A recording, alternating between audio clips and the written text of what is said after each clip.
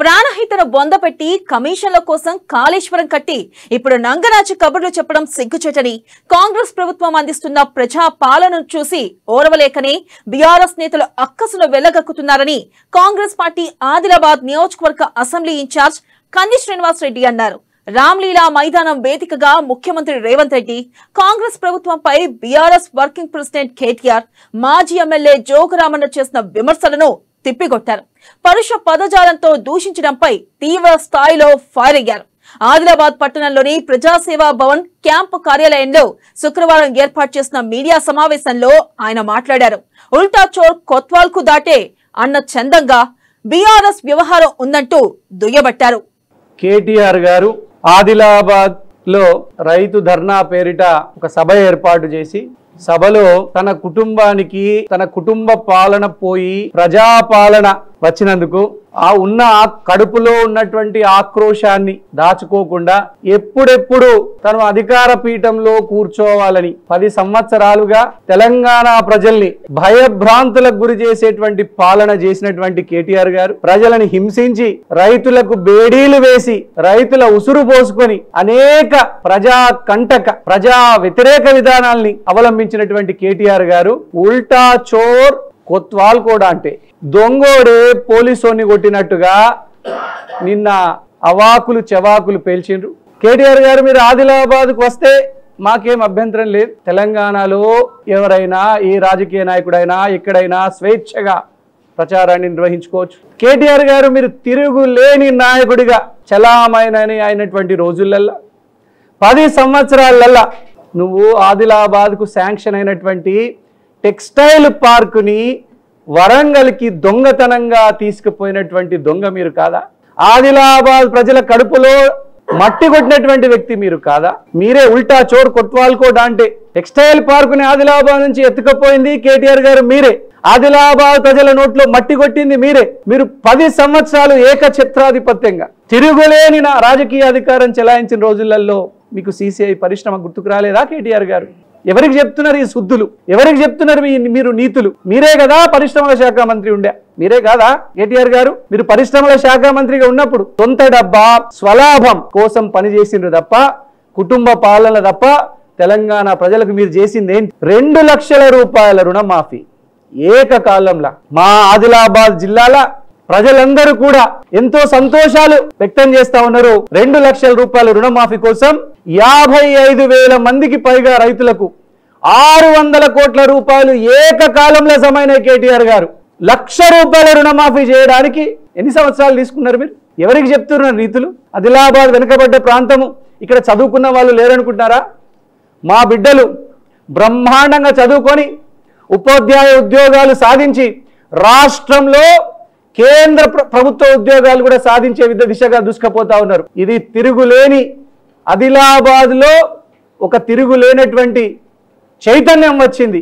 ఆ చైతన్యంలో మీ మాటలు సాగవు, మీ ఆటలు సాగవు కేటీఆర్ గారు. మీకు ఒకటి చెప్తా కేటీఆర్ గారు, ప్రతి సంవత్సరం మా ఆదిలాబాద్ ప్రాంతంలో బేల మండలంలో జైనత్ మండలంలో ముంపుకు గురై గోదావరి పెన్గంగా నది పారివాహక ప్రాంతాలలో ముంపుకు గురైనటువంటి వేలాది ఎకరాలు ముంపుకు గురైతే పట్టుమని 10 పైసలు కూడా విడుదల చేయలేదు 10 సంవత్సరాలు మీ ప్రభుత్వం. కాంగ్రెస్ ప్రభుత్వం ఒక దొర ప్రభుత్వం లాగా, బడుగు బలహీన వర్గాల ప్రభుత్వం లాగా మీలాగా దొంగ దెబ్బ కాదు సుమా.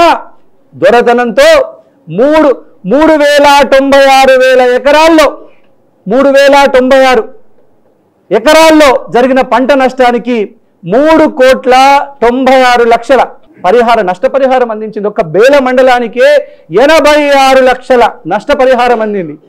1 రూపాయన ఇచ్చిండ్రా కేటీఆర్ గారు? మీరు ఒక్కసారి నచ్చి రైతుల్ని పలకరించిండ్రా? మీ తండ్రి గారు కేసీఆర్ గారు ఫామ్ హౌస్ కు పరిమితమైనరు, మీరేమో జన్వాడ ఫామ్ హౌస్ కు పరిమితమైనరు. ప్రజల సమస్యలు గాలికి వదిలేసిండ్రు. రియల్ ఎస్టేట్ దందాలు తప్ప ప్రజా సంక్షేమం పట్ల మీరు ఎటువంటి చిత్తశుద్ధి చూపెట్టలేదు. కాబట్టే ప్రజలు మిమ్మల్ని బండకేసి కొట్టిండ్రు. అయినా కూడా మీకు సోయి రాలేదు.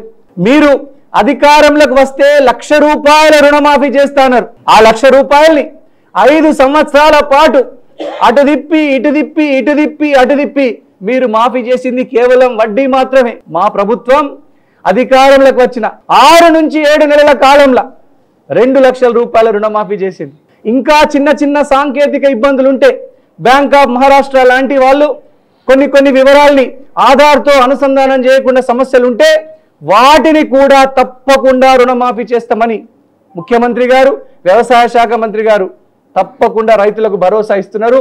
రైతన్నలు కాంగ్రెస్ ప్రభుత్వాన్ని నమ్ముతున్నారు.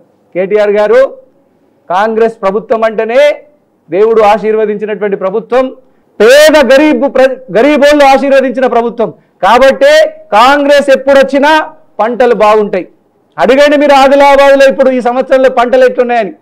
కాంగ్రెస్ వచ్చింది, మా పంటలు బ్రహ్మాండంగా ఉన్నాయి. సోయాబీన్లు కానీ పత్తులు కానీ బ్రహ్మాండంగా ఉన్నాయి. ఇది దేవుడు కాంగ్రెస్ పార్టీకి ఇచ్చినటువంటి ఆశీర్వాదం, ప్రజలు పెట్టినటువంటి ఆశీర్వాదం. కేటీఆర్ గారు రకరకాల శుద్ధులు పలికిండ్రు, రకరకాలుగా అన్ని బండ బూతులు, పచ్చి బూతులు, అవులే అంటావు, లఫూట్ అంటావు, బట్టేబాజ్ అంటావు, లుచ్చా అంటావు. కేటీఆర్ గారు మీది నోరా మోరా. ఒక ప్రతిపక్ష నాయకుడి కొడుకుగా వర్కింగ్ ప్రెసిడెంట్గా ఉన్న మీరు బీఆర్ఎస్కి మీరు ఇలా మాట్లాడవచ్చునా? మీకు శోభ తీసుకొస్తుందా? మీ సంస్కారం అడ్డు రాలేదా మీకు? ఒక ముఖ్యమంత్రిని నోటికొచ్చినట్టుగా మాట్లాడింది. మీ కుటుంబం గురించి మా కాంగ్రెస్ పార్టీ కార్యకర్తలు మాట్లాడలేకనా కేటీఆర్ గారు? ఎంత దౌర్జన్యం కేటీఆర్ గారు!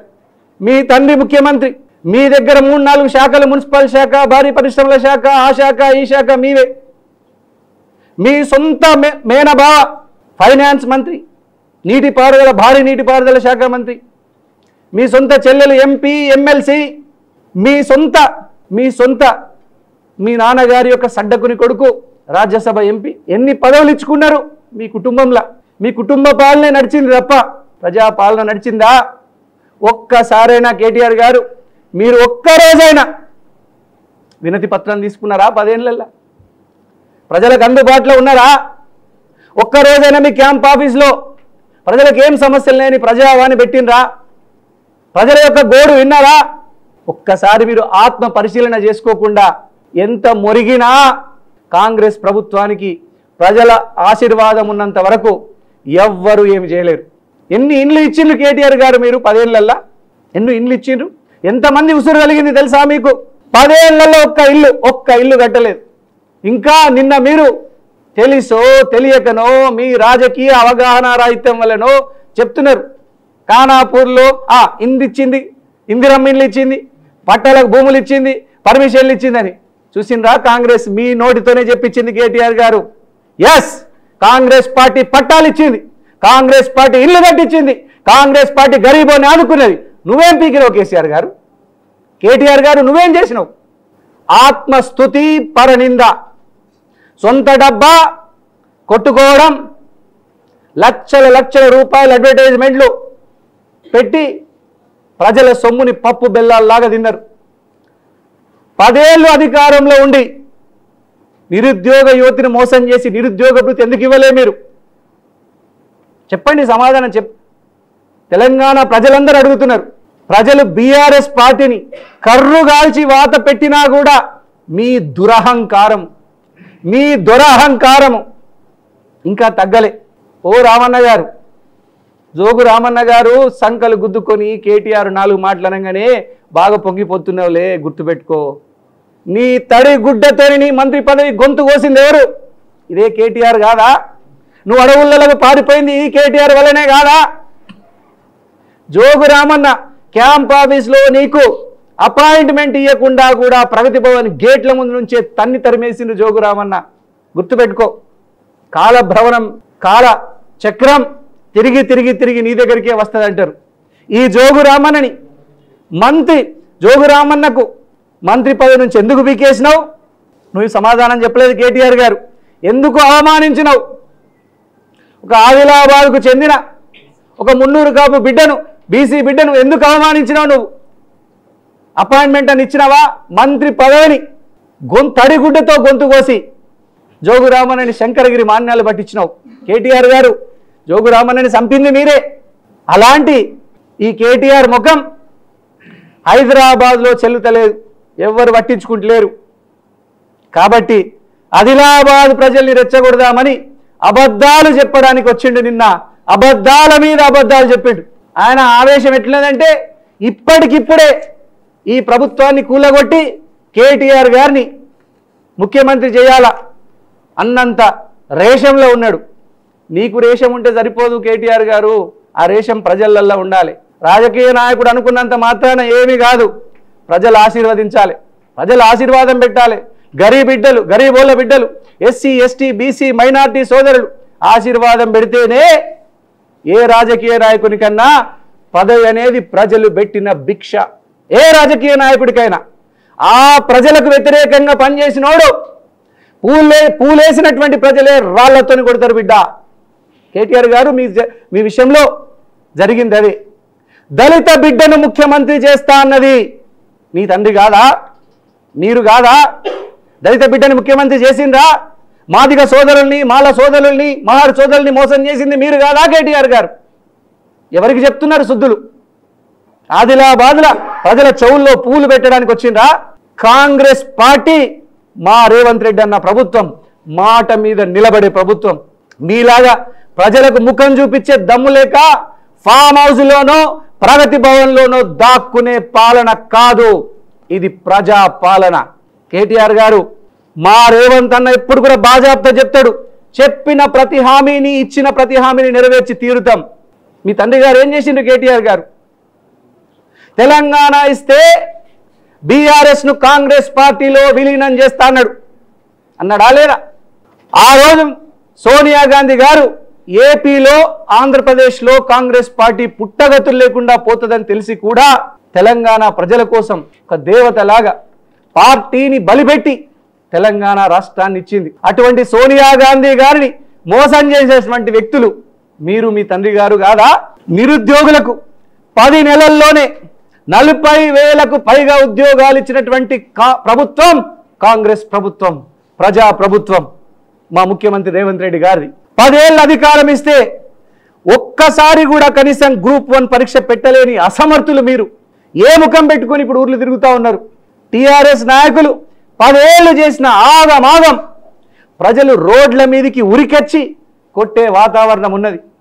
మీరు చేసిన అరాచకాలు, దౌర్జన్యాలు, దాష్టీకాలు, ప్రజల్ని భయభ్రాంతులకు గురి చేసేటువంటి మీ సిద్ధాంతాలు, మీ విధానాల్ని చూసే కదా ప్రజలు మిమ్మల్ని ఇంట్లో కూర్చోబెట్టారు. 10 సంవత్సరాలు ప్రతిపక్షంలో తీవ్రమైనటువంటి అస్తిత్వం కోసం పోరాటం చేస్తున్నటువంటి కాంగ్రెస్ పార్టీకి కోటాను కోట్ల ప్రజలు ఆశీర్వాదం పెట్టారు. ఖమ్మం లాంటి జిల్లాలు, నల్గొండ జిల్లా, మహబూబ్ నగర్ జిల్లా, వరంగల్ జిల్లా, కరీంనగర్ జిల్లా లాంటి జిల్లాలు కాంగ్రెస్ పార్టీకి తిరుగులేని ఆధిక్యాన్ని ఇచ్చినాయి. కాళేశ్వరం పేరిట 1,00,000 కోట్లు దోచుకున్నది ఎవరో కేటీఆర్ గారు చెప్పండి. ఆ రోజు ఎలక్షన్ల టైంలో భూదేవి మీకు శాపం పెట్టింది, కాళేశ్వరం కుంగింది, మీ ప్రభుత్వం పడిపోయింది. మహాభారతంలో కర్ణునికి ఎట్లయితే భూదేవి శాపం పెట్టిందో అట్లనే మీకు కూడా కాళేశ్వరం శాపం పెట్టింది. మీరు అడ్రస్ లేకుండా పోవడానికి కారణాలు ఏమున్నాయో దాని మీద ఆత్మ పరిశీలన చేసుకోండి. 1,00,000 కోట్ల ధరణిలో కుంభకోణం చేసి ఇప్పుడు నంగనాచి కబుర్లు చెప్పుకుంటా వస్తున్నారు. డిఎస్సి పరీక్ష పెట్టి మా కాంగ్రెస్ ప్రభుత్వం 11,000 టీచర్ జీతాలు ఉద్యోగాలు ఇచ్చింది. మీరెన్ని టీచర్ ఉద్యోగాలు ఇచ్చిండ్రు? నిరుద్యోగుల్ని ఎట్లా ఆదుకున్నారు మీరు? పేపర్ లీకేజీలు ఎవరి హయాంలో జరిగినాయి? మీ హయాంలా, మీ చేతగాని ప్రభుత్వ హయాంలా 10 సంవత్సరాలు ప్రజల్ని రాసి రంపాన పెట్టిండ్రు మీరు. అవు కానీ కేటీఆర్ గారు మీరేమంటున్నారు? మహారాష్ట్రకు పోయి కాంగ్రెస్ పార్టీకి ఓటేయద్దని చెప్తున్నారట. అంటే ఎవరికి ఓటేయమని చెప్తున్నారు? బీజేపీకి ఓటేయమని చెప్తున్నారా? మేము కూడా చెప్తున్నది అదే కేటీఆర్ గారు. బీజేపీ బీఆర్ఎస్ ఒక్కటే. గల్లీ నుంచి ఢిల్లీ దాకా మీరిద్దరూ వెనకాల బ్రహ్మాండంగా చేతులు కలిపి కూర్చొని భోజనాలు చేస్తారు, మంతనాలు చేస్తారు. కాంగ్రెస్కు ఓటేయద్దంటే బీజేపీకి ఓటేయమనే కదా. అవు కానీ మీ తండ్రి గారు బాగా మహారాష్ట్ర పోయి ఏదో లొల్లి చేసి వచ్చిండు. ఆడబెడతా ఈడబెడతా, ఓ మేము ఎమ్మెల్యే సీట్లు గెలుస్తాం, ప్రభుత్వం ఏర్పాటు చేస్తాం మహారాష్ట్రలో. అడేవాడు హర్యానాలో జాతీయ కిసాన్ సెల్ అధ్యక్షుడట బీఆర్ఎస్కు. ఆడు పోటీ చేస్తానికి 1000 ఓట్లు వచ్చినాయి హర్యానాలో. అది జాతీయ కిసాన్ సెల్ అధ్యక్షుడట. హర్యానాలో కేవలం 1000 ఓట్లు వచ్చినాయి. మహారాష్ట్రలో సర్పంచులు కొంటిరి, లక్షలు కోట్లు ఖర్చు పెట్టి తెలంగాణ ప్రజల సొమ్మునంతా దోసుకుపోయి మహారాష్ట్రలో ఇచ్చిండ్రు. మరి మహారాష్ట్రలో పోటీ చేస్తలేరు ఎందుకో మీరు? ఎంత చెట్టుకి అంత గాలి. మీ తాహతు మీ పరిమితులు తెలియకుండానే ఎగిరెగిరి ప్రవర్తించారు. తెలంగాణ ప్రజలు మీ ఎగిరెగిరి ప్రవర్తన చూసి, ఎగిరెగిరి చేస్తున్న మీ వికృత చేష్టలు చూసి కర్రు గాల్చి వాత పెట్టిండ్రు. ఇకనైనా మారండి. ప్రజల కోసం నిరంతరం పనిచేసే నాయకుడిని, ముఖ్యమంత్రి గారిని పట్టుకొని చిల్లర మాట్లాడుతున్నావు కేటీఆర్ గారు. ఎసాంటోళ్లకు అటువంటి మాటలు వస్తాయి. ముఖ్యమంత్రి రేవంత్ రెడ్డి నాయకత్వంలో 10 నెలల్లో మీరు చేసిన తప్పులు అప్పులు సరి చేస్తూ బ్రహ్మాండంగా ముందుకు పోతుంటే ఓర్వలేనితనంతో మీరు చేసేటువంటి ఈ నీచ రాజకీయాలు ఎవరి కోసం, ఎవరిని ఉద్ధరించడానికి? మీరు చేసిన అప్పులు 7 లక్షల రూపాయల కోట్లు, సుమారు 7 లక్షల రూపాయల కోట్ల అప్పులు చేసిన మీరు. దాని మీద ప్రతి నెల 6,000 కోట్ల రూపాయలు మీరు చేసిన అప్పులకు వడ్డీలు కట్టడానికే సరిపోతున్నది మా కాంగ్రెస్ ప్రభుత్వానికి. మీకు లెక్కలచ్చా కేటీఆర్ గారు? అప్పులు చేసింది మీరు కాదా? ఏం చేసింది కాంగ్రెస్ ప్రభుత్వం? మా అక్క చెల్లెళ్ళు, మా ఆడబిడ్డల కష్టాలు తీర్చడానికి 500 రూపాయలకే సిలిండర్ ఇస్తున్నది కాంగ్రెస్ ప్రభుత్వం. నీ కళ్ళు కనిపిస్తలేవా? గుడ్డోని వైనవా? 200 రూపాయల లోపు ఫ్రీ, 200 యూనిట్ల లోపు ఫ్రీగా ఉచిత కరెంట్ ఇస్తున్నది కాంగ్రెస్ ప్రభుత్వం. కళ్ళు కనిపిస్తలేవా కేటీఆర్ గారు? 500 రూపాయలకు గ్యాస్ సిలిండరు, 20,000 కోట్ల రుణమాఫీ చేసిన మా రైతుల కోసం. 20,000 కోట్లు ఏకకాలంలో, కేవలం 2 నెలల కాలంలోనే 20,000 కోట్లతో రుణాలు మాఫీ చేసినాం. మా మహిళా ఆడబిడ్డలందరికీ ఉచితంగా ఆర్టీసీలో బస్సు ప్రయాణం కల్పిస్తా ఉన్నాం. 40,000 గవర్నమెంట్ ఉద్యోగాలు ఇచ్చినటువంటి దమ్మున్న ప్రభుత్వం రేవంత్ రెడ్డి గారి ప్రభుత్వం. లెక్క చూసుకో కేటీఆర్ గారు. 40,000కు ఒక్క ఉద్యోగం తక్కువైనా కూడా నేను రాజకీయాల నుంచి విరమించుకుంటా. లెక్క చూసుకో. 40,000 ఉద్యోగాలు ఇచ్చినటువంటి, గవర్నమెంట్ ఉద్యోగాలు ఇచ్చినటువంటి దమ్మున్న ప్రభుత్వం. జాబ్ క్యాలెండర్ రిలీజ్ చేసినాం. తప్పకుండా ప్రతి సంవత్సరం ప్రభుత్వ ఉద్యోగాలు ఇస్తాం. ప్రభుత్వ ఉద్యోగాలల్లో అత్యధికంగా లబ్ధి పొందేది మా ఎస్సీ సోదరులు, మా ఎస్టీ సోదరులు, మా బీసీ సోదరులు, మా గరీబ్ సోదరులు అత్యధికంగా లాభపడతారు. ఎక్కడ ఎస్సీ సోదరులు, ఎస్టీ సోదరులు, బీసీ సోదరులు, మైనార్టీ సోదరులు మిమ్మల్ని దాటిపోతారో మీకంటే ఎక్కువ తెలివి మీరినోళ్ళు అవుతారని మీరు ప్రభుత్వ ఉద్యోగాలు ఇవ్వడమే బంద్ చేసిండు కదా కేటీఆర్ గారు. కానీ మా రేవంత్ అన్న ప్రభుత్వం గరీబోళ్లకు మేలు చేసే ప్రభుత్వం. మీరు సన్నాసి పాలన చేసి మా ప్రాణహితను బొందబెట్టినరు.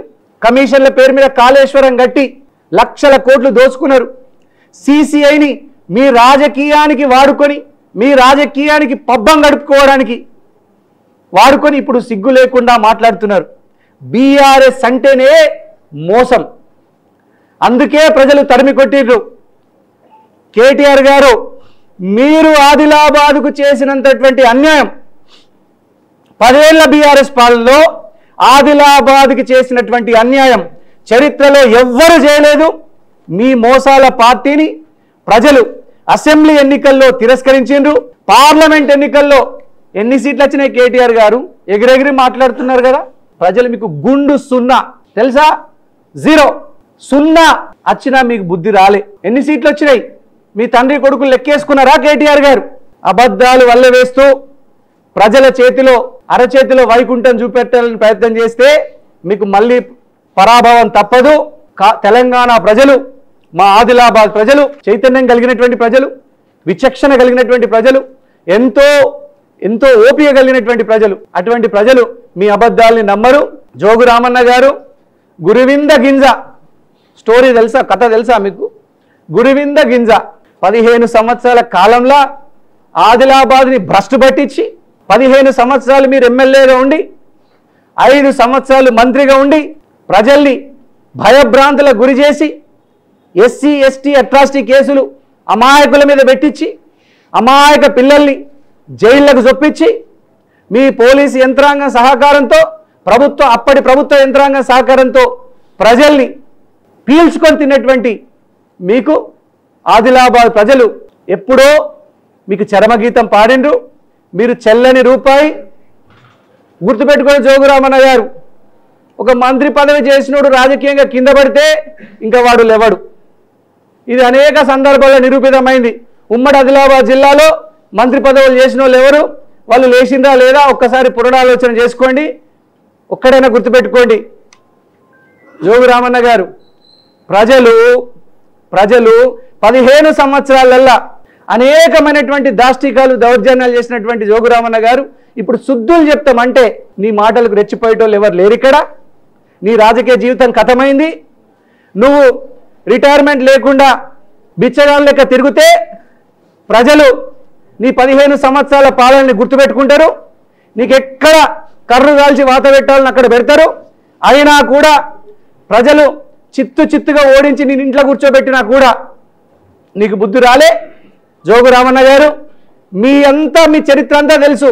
నువ్వు 2004 నుంచి 9 దాకా మేకవన్నె పులిలాగా అందరి ఇళ్లకు పోయి ఒక గరీబోన్ తీరు నటించి, బొప్ప నేను ఎమ్మెల్యే అయితే నువ్వు ఎమ్మెల్యే అయినట్టుగానే నీదే గన్నే పాలన, నువ్వే గన్నే అని దొంగ కన్నీరు గార్చినావు. 15 సంవత్సరాలు నీకు సాయం చేసిన వాళ్ళే బొందబెట్టావు. ఇవి అడ్డిపోజారెడ్డి సాబ్ లాంటి వాళ్ళు 15 ఎకరాలు 20 ఎకరాలు అమ్ముకున్నారు. గిమ్మె సంతూర్ లాంటి వాళ్ళు 5 ఎకరాలు అమ్ముకున్నారు. నీకోసం అందరు కలిసి నిన్ను ఎమ్మెల్యే చేస్తే ఏం చేసినావు? అందరిని పక్కకు జరిపి నువ్వు, నీ కొడుకు, నీ 2 కొడుకులు, నువ్వే ఆదిలాబాద్ని చెరబట్టి సర్వం దోచుకొని ఇప్పుడు నీకు అందరు వ్యతిరేకమైన 2004 నుంచి 9 మధ్య నీకు సింపతి ఉండే, సానుభూతి ఉండే. అయ్యో ఈయన పేద అరుపులు బీద అరుపులు అడుగుతున్నాడు, గరీబోడేమో నిజంగా చేస్తాడేమో అని నిన్ను నమ్మితే గొంతు కోసి తడిగుడ్డతో ఇక్కడి నాయకుల గొంతు కోసినావు. 3 సార్లు ఎమ్మెల్యే అయినావు. మొత్తం నీ కొడుకులదే వసూలు. రిమ్స్ నుంచి ఆదిలాబాద్లో ఏ కాంట్రాక్టులు జరిగినా నువ్వు నీ కొడుకు వసూలు చేసుకొని తిన్నారు. ఈ ఆదిలాబాద్ ప్రజలందరికీ తెలిసిందే. మళ్ళీ నిన్ను నమ్మడానికి ఏ నాయకుడు కూడా సిద్ధంగా లేరు. నీ చుట్టుపక్కల నాయకులందరూ కూడా అరిగిపోయిన వాళ్ళే. అసలు నాయకత్వం కాంగ్రెస్ ప్రభుత్వం గొడుగు కింద చేరింది. తప్పకుండా ఎప్పుడు ఎలక్షన్లు వచ్చినా కూడా తప్పకుండా ఆదిలాబాద్ గడ్డ మీద కాంగ్రెస్ పార్టీ జెండా ఎగిరేస్తాం. నీ నంగనాచి కబుర్లు జోగు రామన్న గారు, నీ బీద అరుపులు ఇంతకుముందు అందరు నమ్మిండ్రు, మోసపోయిండ్రు. నిన్ను 3 సార్లు 4 సార్లు ఎమ్మెల్యే గెలిపించిన వాళ్ళ నోట్ల మట్టి కొట్టినావు. కనీసం ఆ వాళ్ళ కాలనీలలో పనులు వస్తే కూడా నీ కమిషన్ల కోసం కాంట్రాక్టర్లను తీసుకొచ్చి పనులు ఇప్పించినావు తప్ప ఏ ఊరికి ఆ ఊరు పనులు ఇచ్చినావా? చూసుకోమా కాంగ్రెస్ ప్రభుత్వం అంటే 4 కోట్ల జోగు రామన్న రాసి పెట్టుకో, 4 కోట్ల SDF నిధులు వచ్చినాయి. ఏ ఊర్ల మనుషులకు ఆ ఊర్లకే కాంట్రాక్ట్ ఇప్పించే దమ్ము కాంగ్రెస్ పార్టీది, కంది శ్రీనివాసరెడ్డి. నువ్వేం చేసినావు? 4 కోట్ల ప్రొసీడింగ్లు నీకు పంపిస్తా జోగు రామన్న. ప్రతి ఊర్ల కార్యకర్తలకే పని ఇస్తాం. ఆ ఊర్లో పెద్ద మనుషులు ఎవరైతే ఆ ఊర్లో 4 మంచిగా పని చేసుకుంటారో వాళ్ళకే పనులు ఇస్తాం. నువ్వేం చేసినావు? హైదరాబాద్ నుంచి కాంట్రాక్టర్లను పట్టుకొచ్చి ఆదిలాబాద్లో పని ఇప్పించినావు. ఆ కమిషన్లు నువ్వు నీ కొడుకు చీకట్లో పోయి పంచుకొని వచ్చిండ్రు. ఎవరికి చెప్తున్నావు శుద్ధులు? ఎవరి దగ్గర ఆడుతున్నాయి నీ ఆటలు? ఎవరిని మోసం చేయాలనుకుంటున్నావు? ఎక్కడికి వెళ్దామనుకుంటున్నావు? జోగు రామన్న గారు, నీ బీద అరుపులు ఇంకా అరవకు. బొప్ప తమ్మ ఇవందరూ నీ మాటలు విన్నారు. నిన్ను ఎక్కడ బొంద పెట్టాలని అక్కడ బొంద పెట్టడానికి ఆదిలాబాద్ ప్రజానికం సిద్ధమైంది. నువ్వు ఈ చేసినటువంటి మోసాలు, నీ కొడుకులు చేసినటువంటి దౌర్జన్యాలు ఆదిలాబాదు ప్రజలు మర్చిపోరు జోగు రామన్న గారు. అది మీరు గుర్తుపెట్టుకోండి. కాంగ్రెస్ ప్రభుత్వ గురివింద గింజ కథ తెలుసుకొని మీ 15 ఏళ్ల కాలంలో చేసినటువంటి దౌర్జన్యాలకు, దాష్టికాలకు, మీరు పెట్టించినటువంటి SC ST అట్రాసిటీ కేసులు పెట్టించిన వాళ్ళకు క్షమాపణలు చెప్పండి, ముక్కు భూమికి రాయండి. అయినా కూడా ప్రజలు మిమ్మల్ని క్షమించే పరిస్థితులలో లేరని ఈ సందర్భంగా తెలియజేస్తా ఉన్నాం.